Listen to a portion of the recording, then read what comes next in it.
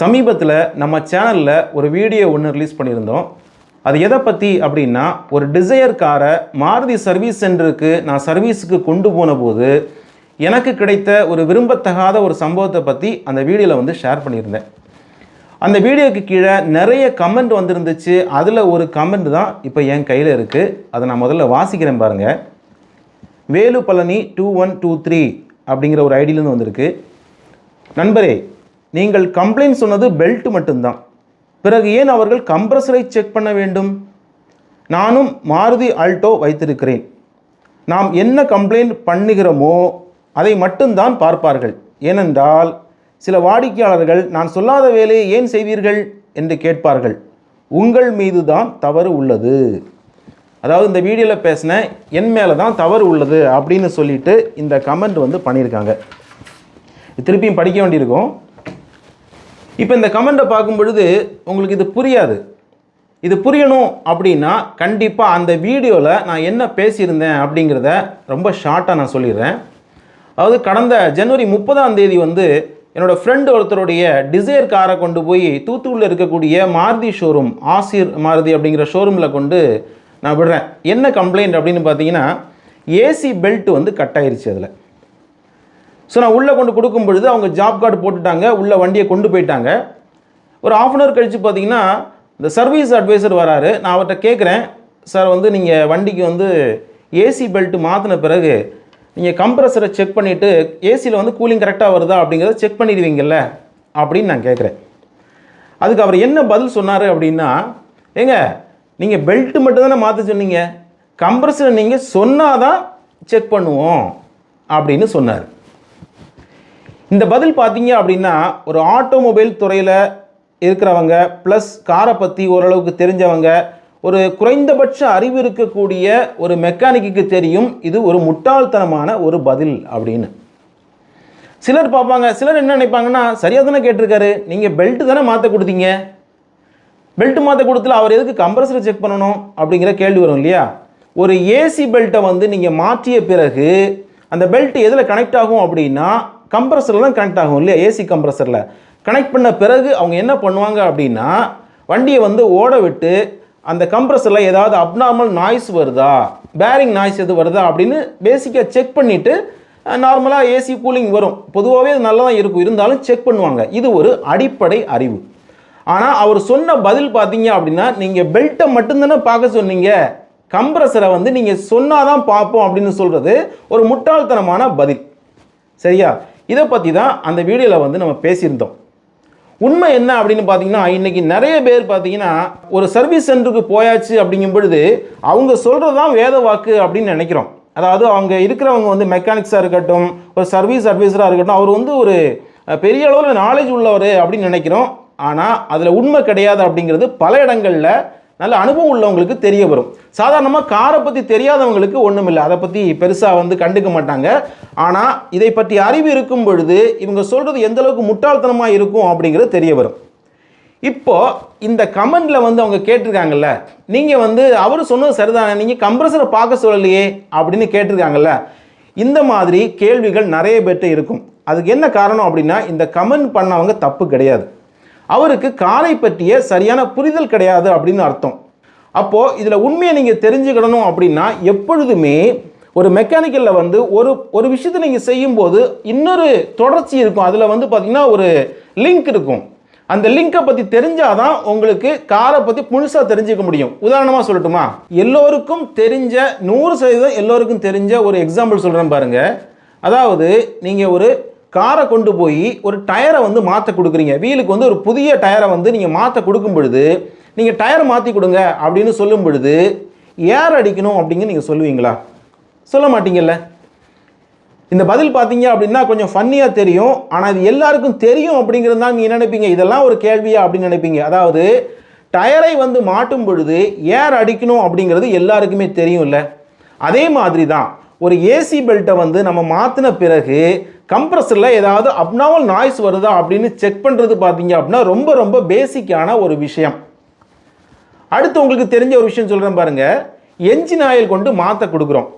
Engine oil மாற்றுங்கன்னு சொல்லும் பொழுது oil ஃபில்டரையும் மாற்றுங்கன்னு நீங்கள் சொல்லுவீங்களா? அப்படி சொல்ல மாட்டீங்கல்ல. ஆனால் என்ஜின் ஆயில் மாற்றும் பொழுது ஆயில் ஃபில்டரும் சேர்த்து மாற்றுறாங்க. கரெக்டு தானே? இப்படி ஒன்றுக்குமான தொடர்பு உண்டு. இதை நான் கேள்வியே கேட்கக்கூடாது அப்படின்னா எப்படி? இப்போது என்ஜின் ஆயில் மாற்ற கொடுத்துருக்கேன், நான் அவர்கிட்ட கேட்குறேன், சார் நீங்கள் ஆயில் ஃபில்டரும் சேர்த்து மாற்றிட்டீங்களா அப்படின்னு கேட்டால், ஏங்க நீங்கள் என்ஜின் ஆயில் மட்டும்தானே மாற்ற கொடுத்தீங்க, ஆயில் ஃபில்டர் சொன்னீங்களா அப்படின்னு கேட்டால் எவ்வளோ முட்டாள்தனமான பதிலாக இருக்கும்.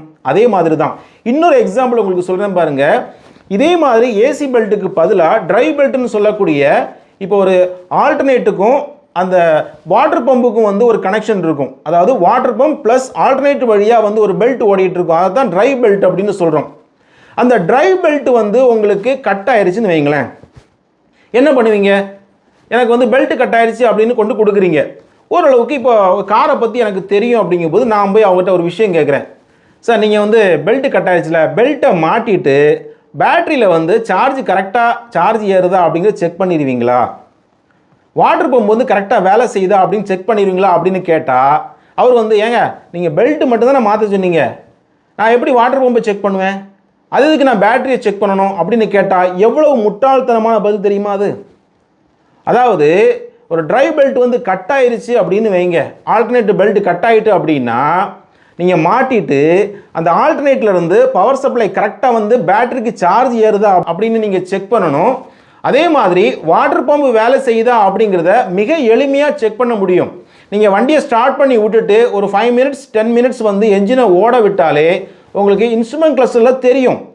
அதாவது வண்டி ஹீட்டு ஏறாது. வாட்டர் பம்ப் கரெக்டாக வேலை செஞ்சுது அப்படின்னா வண்டி ஹீட்டு கரெக்டாக இருக்கும், என்ஜினோட ஹீட் ஸ்டேபிளாக இருக்கும். ஒருவேளை ஹீட் ஏறிடுச்சு அப்படின்னா அப்போ வாட்டர் பம்ப் போயிருச்சு அப்படின்னு அர்த்தம். இப்போது நான் பெல்ட்டு மட்டும் மாற்ற கொடுத்த இடத்துல இதை நான் செக் பண்ண மாட்டேன் அப்படின்னா ஒரு பொறுப்பான மெக்கானிக்கு அழகு கிடையாது. அல்லது ஒரு சர்வீஸ் அட்வைசராக இருந்தாச்சும் அப்படின்னா கூட அவருக்கு இதை பற்றி அனுபவம் இல்லை அப்படின்னு அர்த்தம். ஃபஸ்ட்டு ஒரு விஷயம் தெரிஞ்சுக்கோங்க, வண்டியை யாராவது இந்த ட்ரை பெல்ட் கட் ஆயிடுச்சு அப்படின்னா வண்டி அப்படி ஓட்டி கொண்டு வாங்க அப்படின்னு சொன்னாங்கன்னா, ஒர்க் ஷாப்பில் சொன்னாங்க அப்படின்னா கண்டிப்பாக கொண்டு போயிடாதீங்க. அதுக்கு என்ன காரணம் அப்படின்னா, ட்ரை பெல்ட் கட் ஆயிடுச்சு அப்படின்னா வண்டி நீங்கள் ஸ்டார்ட் பண்ணக்கூடாது. ஏன் அப்படின்னா வாட்டர் பம்பு வேலை செய்யாது. வாட்டர் பம்பு வேலை செய்யலைன்னா என்ன ஆகும்? என்ஜின் ஹீட் ஆகும் இல்லையா? எப்படி ஹீட் ஆகும்? கூலண்ட் சர்க்குலேஷன் இருக்காது. அப்போ நீங்கள் ரொம்ப நேரம் ஓட்டிட்டா என்ன ஆகும்? என்ஜின் சீஸ் ஆகிடும். அப்போ இது ஒரு பேசிக் நாலேஜ். இது பற்றி தெரியாமல் நீங்கள் பெல்ட் கட் ஆகிட்டா வண்டி அப்படியே கொண்டு வாங்க, ட்ரைவ் பண்ணி கொண்டு வாங்கன்னா அவ்வளோதான், என்ஜின் சீஸ் ஆகிடும். அப்போ இதை பற்றின அடிப்படை அறிவு நம்ம கொஞ்சம் தெரிஞ்சு வச்சுக்கிடணும் அப்படின்னு தான் சொல்கிறேன். அப்போது இந்த பெல்ட்டில் இவ்வளோ விஷயம் இருக்குது அப்படின்னா அப்போ மற்ற விஷயங்களை நம்ம எவ்வளோ பார்க்க வேண்டியிருக்கு. அப்போது அடிப்படையில் நம்ம இப்போ உதாரணம் இன்னொரு விஷயம் சொல்கிறேன். செல்ஃப் மோட்டார் உங்களுக்கு ஸ்டார்ட் ஆகலை, வண்டியை ஸ்டார்ட் பண்ணுறீங்க, செல்ஃப் மோட்டார் கிருன்னு அப்படின்னு சத்தம் வருது. இப்போ நீங்கள் கொண்டு போய் சர்வீஸ் சென்டரில் கொடுக்குறீங்க, எனக்கு இந்த செல்ஃப் மோட்டார் போயிடுச்சு சார், செல்ஃப் மோட்டார் கிருன்னு சத்தம் வருது அப்படின்னா அவங்க செல்ஃப் மோட்டார் மட்டும் செக் பண்ணுவாங்களா அப்படின்னு கேட்டால் அப்படி கிடையாது. எப்போவுமே ஒரு அனுபவம் வாய்ந்த மெக்கானிக் என்ன பண்ணுவாங்க அப்படின்னா ஃபஸ்ட்டு செல்ஃபை டைரக்ட் கனெக்ஷன் பண்ணி பார்ப்பாங்க, டைரெக்டாக த்ரூ கனெக்ஷன் பண்ணி பார்ப்பாங்க ஓடுதா அப்படின்னு சொல்லிட்டு. அப்படி ரன் ஆகுது அப்படின்னா அப்போ செல்ஃப் மோட்டாரில் கம்ப்ளைண்ட் இல்லை அப்படின்னு புரிஞ்சுக்கிடுவாங்க. அப்போ வேறு என்ன கம்ப்ளைண்ட் அப்படின்னு பார்ப்பாங்க. ஒயரிங்கில் ஏதாவது கம்ப்ளைண்ட் இருக்கலாம், ஏதாவது எளிதாக கடிச்சிருக்கலாம். சரி, அதுவும் சரியாக இருந்துச்சு அப்படின்னா அடுத்து பேட்டரியை செக் பண்ணுவாங்க. பேட்டரி லோ ஆயிருக்கு அப்படின்னா ஏன் பேட்டரி லோ ஆயிருக்குன்னு செக் பண்ணுவாங்க. ஒருவேளை ஆல்டர்னேட்டில் கம்ப்ளைண்ட் இருக்கலாம். அப்போது நீங்கள் ஒரு செயின் லிங்கை பாருங்கள். உங்களுக்கு பிரச்சனை எங்கே அப்படின்னா செல்ஃப் மோட்டாரில் செல்ஃப் ஸ்டார்ட் ஆகலைன்னு நீங்கள் நினைக்கிறீங்க, கஸ்டமராக நீங்கள் கொண்டு விடுறீங்க. ஆனால் பிரச்சனை எங்கே இருக்கும் அப்படின்னா ஆல்டர்னேட்டில் இருக்கலாம், டைனமோவில் பிரச்சனை இருக்கலாம். அது ஆல்டர்னேட் டைனமோன்னு சொன்னால் உங்களுக்கு எளிமையாக புரியுங்கனால சொல்கிறேன். ஆல்டர்னேட்டில் அந்த பிரச்சனை இருக்கலாம்.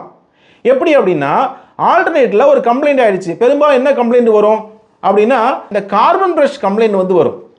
அப்போது எங்கே பிரச்சனை இருக்குது பாருங்கள், நம்ம செல்ஃப் மோட்டார் போயிருக்கு அப்படின்னு நினைக்கிறோம், ஆனால் ஆல்டர்னேட்டில் இந்த கார்பன் ப்ரஷ் தேஞ்சு போயிருக்கும். இப்படித்தான் பார்ப்பாங்க. இப்போ இந்த இடத்துல நான் ஒரு கொஸ்டின் கேட்குறேன், சார் நீங்கள் செல்ஃப் மோட்டார் ஸ்டார்ட் ஆகிடுச்சு அப்படின்னீங்க, அப்போ ஆல்டர்னேட்டில் ஏதாவது கம்ப்ளைண்ட் இருக்கா அப்படின்னா இல்லைங்க, நான் ஆல்டர்னேட் நீங்கள் பார்க்க சொல்லலையே அப்படின்னு சொன்னால் ஒரு முட்டாள்தனமான பதில். ஆக்சுவலாக பார்த்தீங்கன்னா பெரும்பாலும் மெக்கானிக்ஸ் அப்படி சொல்ல மாட்டாங்க. ஏன்னா நல்ல அனுபவம் உள்ள மெக்கானிக்கு தெரியும் எப்படி எதை செக் பண்ணணும் அப்படின்னு சொல்லிட்டு. பட் இங்கே பார்த்தீங்கன்னா இவர் சொன்ன பதில் வந்து எனக்கு எப்படி தெரிஞ்சுது அப்படின்னா, ஒரு அனுபவமே இல்லாத ஒரு நபர் வந்து ஒரு கம்பெனியில் வேலை பார்க்குற மாதிரி தெரிஞ்சிச்சு. இந்த மாதிரி ஒன்றுக்குமான லிங்க் இருக்குது அப்படின்னு சொல்கிறேன். அதே மாதிரி இன்னொரு விஷயம் சொல்கிறேன் பாருங்கள். ஒருவேளை நீங்கள் வந்து பிரேக் செக் பண்ண வந்து கொடுக்குறீங்க, பிரேக் வந்து சரியாக பிடிக்கல அப்படின்னு கொடுக்கும் பொழுது நீங்கள் வந்து அவங்கள்ட்ட சொல்லி விடுறீங்க, அதில் ஃப்ரண்ட் பிரேக் தான் வந்து ஒரு மாதிரி சத்தம் வந்துக்கிட்டு இருக்கு, ஃப்ரண்ட் பிரேக்கில் வந்து ரைட் சைடை வந்து நீங்கள் செக் பண்ணுங்க அப்படின்னு சொன்னால் ரைட் சைடு மட்டும்தான் செக் பண்ணணுமா, அல்லது 4 வீலையும் செக் பண்ணுறது நல்லதா அப்படின்னு கேட்டிங்கன்னா 4 வீலையுமே செக் பண்ணணும். அதுதான் ஒரு சிறந்த மெக்கானிக்கான அழகு. நம்ம ரைட் சைடில் மட்டும்தான் கொடுத்தோம் அப்படிங்கிறதுக்காக ரைட் சைடு மட்டுமே பார்க்கக்கூடாது. இப்போ உதாரணமாக உங்களுக்கு சொல்கிறேன், எப்படி வந்து கம்ப்ளைண்ட் வந்து ரிப்பீட் ஆகுது அப்படின்னா இந்த மாதிரி அனுபவம் இல்லாத மெக்கானிக்கால தான். இப்போ நம்ம ஏசி பெல்ட் மாற்றுறது கொடுத்துருக்கோம்.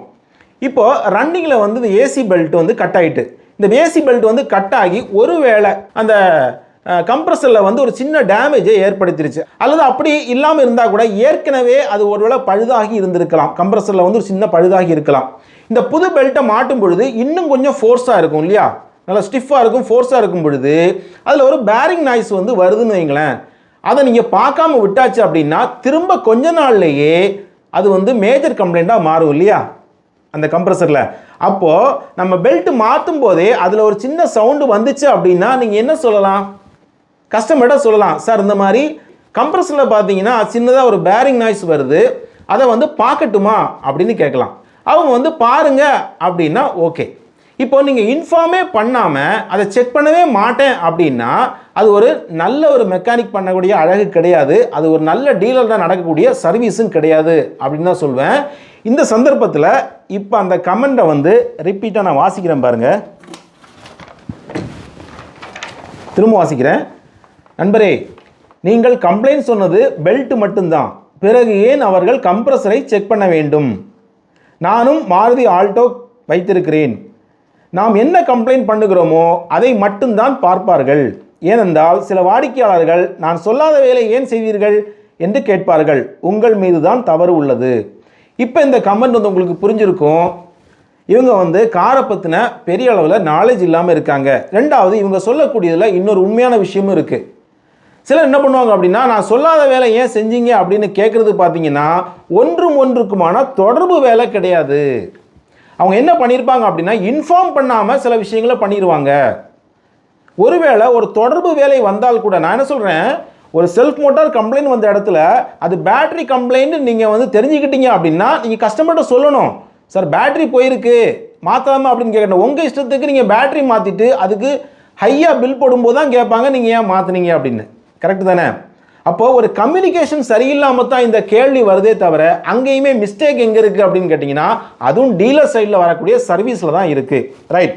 இப்போ ஒரு கொஸ்டின் வருது, ஏன் இப்படி பிரச்சனைகள் வருது அடிக்கடி அப்படின்னா, இந்த டீலர்ஸில் பார்த்தீங்கன்னா நல்ல தரமான ஆட்கள், நான் வந்து சில இடங்கள் தான் சொல்கிறேன், பல இடங்களில் நல்லா பண்ணுறாங்க.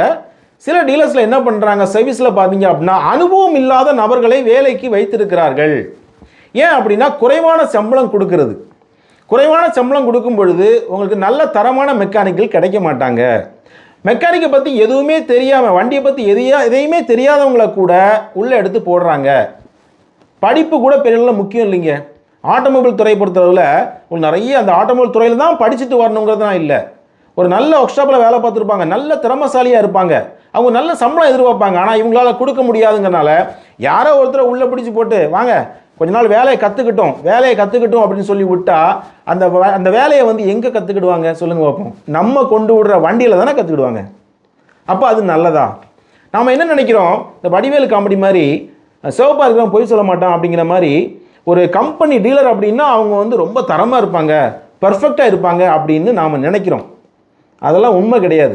வெளியே இருக்கிற மெக்கானிக் கூட தன்னுடைய மெக்கானிக் ஷெட்டுக்கு வந்து நல்ல பேர் வரணும், நம்ம நேர்மையாக இருக்கணும் அப்படிங்கிறதுக்காக அந்த வேலையை திருப்திகரமாக செய்வாங்க. அந்த வேலை நடக்கிறத கூட நம்ம நேரடியாக பார்க்க முடியும். ஆனால் ஒரு டீலர்கிட்ட போயிட்டு நம்ம நேரடியாக கூட பார்க்க முடியாது இல்லையா? நம்ம வெளியே உட்காந்தா இருப்போம், இல்லை வெயிட்டிங் ஹாலில் தான் உட்காந்துருப்போம், உள்ளே அலோவ் பண்ண மாட்டாங்க. அப்படிங்கும் பொழுது நமக்கு ஒரு நம்பிக்கை வரணும். அப்படிங்கும் பொழுது இந்த மாதிரி வந்து இருக்கும் பொழுது நமக்கு எப்படி நம்பிக்கை வரும்? அப்போ அந்த ஸ்டாஃபோட குறைபாடா, அப்போ அந்த வேலை செய்கிறவங்க வந்து சரியில்லையா அப்படின்னு கேட்டால் அதுதான் உண்மை கிடையாது. மேலிடம் சரியாக இருந்தால் கீழே எல்லாரும் சரியாக இருப்பாங்க இல்லையா? நீங்கள் வேலைக்கு எடுக்கிறவங்கள தரமான ஆட்களாக எடுத்தால் எதுக்காக கம்ப்ளைண்ட் வருது? எப்படி கம்ப்ளைண்ட் வரும் சொல்லுங்கள் பார்ப்போம். எடுக்கும்போது ஒன்றும் தெரியாதவங்க எடுத்து போட்டு அவங்கள குறை சொல்கிறதுல என்ன பிரயோஜனம் இருக்குது? நல்ல சம்பளம் கொடுத்தா நல்ல தரமான ஆட்கள் வருவாங்க. சர்வீஸுக்கு நிறைய காசு வந்து சார்ஜ் பண்ணுறாங்க. ஆனால் குறைவான சம்பளம் கொடுத்தாச்சு அப்படின்னா எப்படி வேலைக்கு வருவாங்க? நல்ல தரமான ஆட்கள் 1-2 பேர் தான் வச்சுருப்பாங்க. சும்மா வந்து ஹெல்ப்பரை கூப்பிட்றேன் எடுக்கிறேன் அப்படின்னு சொல்லிட்டு சும்மா ஒன்றுமே தெரியாது. அவங்களுக்கு ஆட்டோமொபைல் பற்றி எந்த நாலேஜுமே இருக்காது. அவங்க எங்கேயாவது ஒருத்தர் சாதாரணமாக ஏதாவது ஒரு வேலையை பார்த்துருப்பாங்க. யாரையோ கூப்பிட்டு உள்ளே வந்து ஹெல்ப்பராக ஜாயின் பண்ணி விட்டு இவங்க என்ன பண்ணிடுவாங்கன்னா அவங்கள வச்சே என்ன பண்ணிடுவாங்கன்னா வேலையை பார்க்க ஆரம்பிச்சிடுவாங்க. ஒரு அசிஸ்டன்ட் சேர்த்துக்கிட்டு நீ பாருப்பா அப்படின்னு சொல்லிட்டு இந்த மெயின் மெக்கானிக் என்ன பண்ணிடுவாருன்னா வெளியே போயிடுவார். இந்த பையங்க என்ன பண்ணுவாங்க அப்படின்னா கழட்ட தெரியாமல் கழட்டி உடைக்கிறது. நான்லாம் கண்கூட ஒரு தடவை பார்த்தேன். ஒரு ரேடியேட்டரை கழட்டும்போது பார்த்தீங்க அப்படின்னா கழட்டுற டைமில் ஸ்க்ரூட்ரைவர் போய் ரேடியேட்டரில் குத்திட்டு டேரக்டாக போய் உள்ளே குத்திட்டு இப்போ எப்படி கஸ்டமர்ட்ட அவங்க சொல்லுவாங்க தெரியுமா? சார் இது ஏற்கனவே டேமேஜாக இருந்துச்சு அப்படின்னு சொல்லுவாங்க. அப்போது இந்த மாதிரி தரமில்லாத மெக்கானிக்கும் சரி, யாராக இருந்தாலும் சரி, சர்வீஸ் அட்வைஸாக இருந்தாலும் சரி, ஒரு கம்பெனியில் வேலை பார்க்கும் பொழுது அதை பற்றிய ஒரு குறைந்தபட்ச நல்ல நாலேஜ் இருக்கணும். அப்படி இல்லை அப்படின்னா இந்த மாதிரி இப்போ நான் ஏற்கனவே பேசின மாதிரி வீடியோவில் கம்ப்ளைண்ட் இருக்கு இல்லையா, இந்த மாதிரி சொல்லத்தான் செய்வாங்க. எனக்கு ஒரு பிளாட்ஃபார்ம் இருக்குது, நான் சொல்லிட்டேன். சொல்ல முடியாத எத்தனையோ பேர் இருக்காங்க. அப்படி சொல்லிட்டா ஒருவேளை நம்ம காரில் திரும்ப வந்து சர்வீஸ் கொண்டு போகும்பொழுது ஏதாவது பிரச்சனை பண்ணி வச்சுருவாங்களோ, ஏதாவது ரிப்பேர் பண்ணி வச்சுருவாங்களோ பயத்தினாலேயே நிறைய பேர் வந்து இந்த கம்ப்ளைண்ட்ஸை வந்து சொல்கிறதே இல்லை. இப்போ வந்து அந்த வீடியோவில் வந்த ஒரே ஒரு கமெண்ட்டை பற்றி தான் நான் படித்தேன். இதே மாதிரி நிறைய கமெண்ட்ஸ் வந்து உள்ளே இருக்குது. அதில் இதை விட பயங்கரமான கம்ப்ளைண்ட்லாம் இருக்குது. அவங்க வந்து நான் மாருதி சர்வீஸ் சென்டரை பற்றி இந்த விஷயத்தை சொல்லியிருந்தேன். அவங்க ஏகப்பட்ட சர்வீஸில் நடந்த நிறைய கம்ப்ளைண்ட்டை பற்றி சொல்லியிருக்காங்க. ஏகப்பட்ட கம்ப்ளைண்ட் சொல்லியிருக்காங்க. இதே மாதிரி மாருதி ஷோரூமில் தான். அதுலேயே ஒன்று சொல்லியிருக்காங்க, நீங்கள் வந்து மாருதியை பற்றி குறை சொல்கிறீங்க. அப்படிலாம் கிடையாது. நாளைக்கே எனக்கு டாட்டாலேயோ மஹேந்திராலேயோ ஹிண்டாய் கம்பெனிலேயோ ஹோண்டாலேயோ எங்கே நடந்தாலும் நான் தைரியமாக சொல்லுவேன். எனக்கு வந்து பாரபட்சம்லாம் ஒன்றும் கிடையாது. சரியா, நான் மாருதிக்கு எதிரானாலோ இல்லை டாட்டாக்கு எதிரானோ அப்படிலாம் ஒன்றும் கிடையாது. உண்மையிலே நடந்துச்சு அப்படின்னா அது மக்களுக்கு போய் சேர வேண்டும் அப்படிங்கிறனால கண்டிப்பாக அதை நான் சொல்லிகிட்டே தான் இருப்பேன். அதே மாதிரி கூடுதலாக ஒரு தகவல் சொல்கிறேன். நம்ம இந்த வீடியோவில் பார்த்தீங்கன்னா டிரைவ் பெல்ட்டை பற்றி திரும்ப திரும்ப நான் சொல்லிக்கிட்டே இருந்தேன். அதற்கு என்ன முக்கிய காரணம் அப்படின்னா, ஒருவேளை டிரைவ் பெல்ட் வந்து கட் ஆயிடுச்சு அப்படின்னா நீங்கள் ரொம்ப ரொம்ப கவனமாக இருக்க வேண்டும். வண்டியுடைய என்ஜினை நீங்கள் ஆன் பண்ணவே கூடாது. தெரியாமல் வந்து ஒரு சர்வீஸ் சென்டரில் நீங்கள் வந்து வண்டியை வந்து ட்ரைவ் பண்ணி கொண்டு வந்துருங்க அப்படின்னு சொல்லிட்டு ஏதாவது ஒரு அனுபவம் இல்லாத ஒரு மெக்கானிக் சொல்லிட்டாருன்னு வைங்களேன், தயவு செய்து கொண்டு போயிடாதீங்க. டிரைவ் பெல்ட் கட் ஆயிடுச்சு அப்படின்னா நீங்கள் என்ஜினை ஸ்டார்ட் பண்ணவே கூடாது. ஏன் அப்படின்னா மிக முக்கியமாக நான் ஏற்கனவே சொன்ன மாதிரி தான். அதாவது நீங்கள் ஸ்டார்ட் பண்ணிட்டீங்க அப்படின்னா என்ஜின் வந்து ஹீட் ஆக ஆரம்பிச்சுட்டே இருக்கும் இல்லையா, ஏன்னா அங்கே வாட்டர் பம்ப் வேலை செய்யாது, கூலண்ட் வந்து சர்க்குலேட் ஆகாது. அப்படிங்கும் பொழுது அது ஹீட் ஆகி சீஸ் ஆகிடும் கொஞ்ச நேரத்துலேயே. அப்போ எப்படி கொண்டு போகணும் அப்படின்னா, நம்ம ஃப்ரண்ட் வீல் இருக்குல்ல அதை வந்து லிஃப்ட் பண்ணுவோம் இல்லையா, அது வந்து வீல் லிஃப்ட் டோயிங் அப்படின்னு சொல்லுவாங்க. அப்படித்தான் நீங்கள் வந்து சர்வீஸ் சென்டருக்கு கொண்டு போகணுமே தவிர எந்த காரணத்தை கொண்டும் என்ஜினை வந்து ரன் பண்ண விடக்கூடாது. அதே மாதிரி இது எப்படி கண்டுபிடிக்கலாம் அப்படின்னா, உங்களோட இன்ஸ்ட்ருமெண்ட் கிளஸ்டரில் பார்த்தீங்கன்னா அந்த ஹீட்டோட சிம்பிள் வந்து வந்துடும், என்ஜினோட ஹீட் சிம்பிள் வந்துடும். அதை நீங்கள் கவனிக்கலாம். ரெண்டாவது இன்னொரு விஷயம் சொல்லிடுறேன். செல்ஃப் மோட்டார் வேலை செய்யாத போது ஒருவேளை பேட்டரி டவுன் ஆகியிருந்தால் எப்படி வந்து பேட்டரியில் சார்ஜ் ஏறலை, ஆல்டர்னேட்டர் எப்படி சார்ஜ் ஏறலை அப்படிங்கிற விஷயம் சொன்னல. ஒருவேளை பேட்டரி வந்து ப்ராப்பராக சார்ஜ் ஏறலை, ஆல்டர்னேட்டர்லேருந்து உங்களுக்கு சார்ஜ் வரல ஏறலை அப்படின்னா உங்களுக்கு பேட்டரி சிம்பிள் வந்து இன்ஸ்ட்ருமெண்ட் கிளஸ்டரில் காட்டும். இதையும் தெரிஞ்சு வச்சுக்கோங்க, நல்லா புரிஞ்சுக்கோங்க. பேட்டரி வந்து ப்ராப்பராக சார்ஜ் ஏறலை அப்படின்னா பேட்டரி சிம்பிள் வந்து அதில் வரும், டிஸ்பிளேயில் வரும். அப்படிங்கிறதுனால இது ரெண்டுமே நீங்கள் தெரிஞ்சுக்கோங்க. இதில் மிக மிக முக்கியமானது, டேஞ்சரஸ் ஆனது, டிரைவ் பெல்ட் கட் ஆனால் என்ன பண்ணக்கூடாது, வண்டியை ஓட்டவே கூடாது, அப்படியே ஸ்டாப் பண்ணிடணும் அப்படிங்கிறது தான். ஸோ இன்றைக்கி பார்த்த இந்த தகவல்கள் உங்களுக்கு ரொம்பவே உபயோகமாக இருந்திருக்கும் அப்படின்னு நம்புகிறேன். தேங்க்யூ ஸோ மச் ஃபார் வாட்சிங் அவர் வீடியோஸ். தேங்க்யூ.